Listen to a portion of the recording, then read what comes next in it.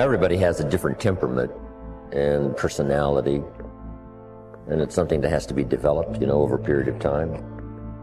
We all must deal with that dark side of our nature, the positive side of our nature, and it isn't that it ever gets done or finished, but that we should suppress those things that would cause us trouble, not only within ourselves, but cause us trouble with someone else. You're not aware of that conflict going on, because conscious attention doesn't need ordinarily to focus upon it. And so you don't get involved, and you're not anxious about what party is winning and what party is losing. They're keeping up a kind of balance. It's a spiritual battle, and it's taken people thousands and thousands of years to figure this out. You can find that and just look inside: inadequacy, weakness, susceptibility to temptation, narcissism, pride, envy, revenge, resentment, frustration, lack of faith, all of that. So we spend a lot of our energy, a lot of our time, a lot of our work and our thoughts on how much stuff can I get, how much can I accumulate. And the problem that comes up with this is that if you believe that you are what you have, if you really believe that, so we have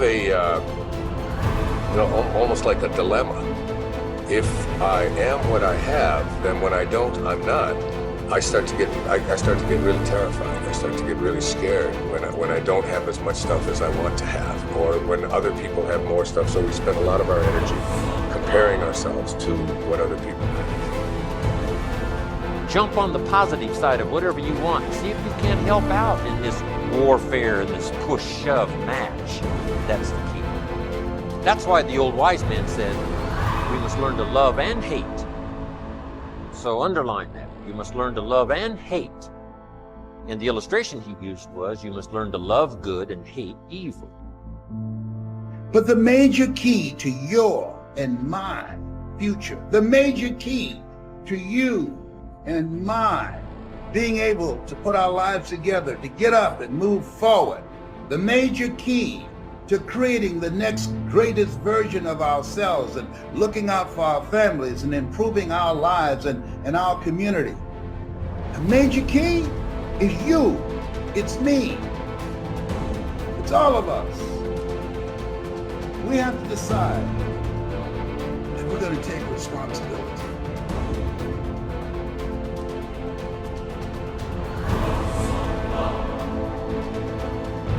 So, what are the opportunities today?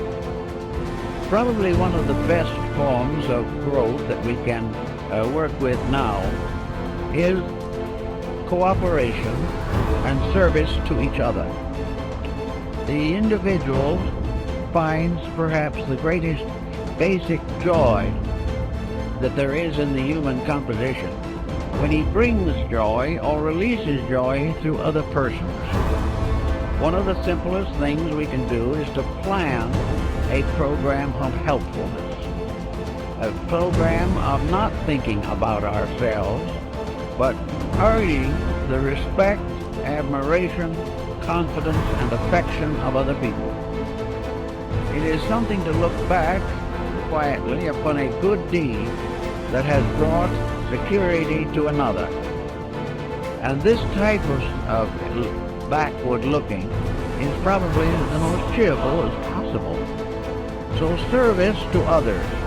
If you do not know what to do, help someone in desperate trouble. Forget being deprived of a few hours of television or being requested to turn away from some ordinary leisure that you have planned. But try to see what you can do to help other people. Now, if you have special trained abilities in these matters, there are many opportunities that open themselves to the person who really wants to help. If you have music as a background and have the abilities, find some young people who want music and cannot afford it. And instead of sitting around gossiping or answering phone calls, take these young people and try to educate them or help them in their musical lessons. If you are in business, take young people who need business training. They will not get proper training in school, but they can get it from someone who has been through it and knows what is right and knows what should occur and what should not occur. Everyone can do something, and out of the best they have done themselves, share with another. Then there are things you can do for yourselves. If you are not in a position or do not feel equipped to work with other people, then work with yourselves. Develop those faculties and powers which are not functioning properly today. Look over your own life and see what your mind is doing. Is your mind growing? Or is it just heaping up one prejudice on top of another? Watch your thoughts and see whether or not you're instinctively criticizing things you do not understand, or have developed powerful prejudices which interfere with justice and judgment. Look over your own nature and then go to work on the problem that you find needs attention.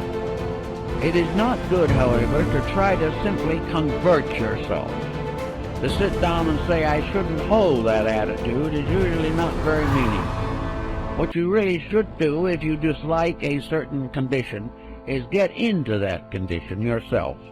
Move in on it and find out why people think the way they do. Instead of criticizing from some set point within yourself, find out why other people are not more successful in their judgments. I know a number of persons who have simply gone into various walks of life which are not their own in order to find out how other people really live. And it is almost certainly an eye-opener.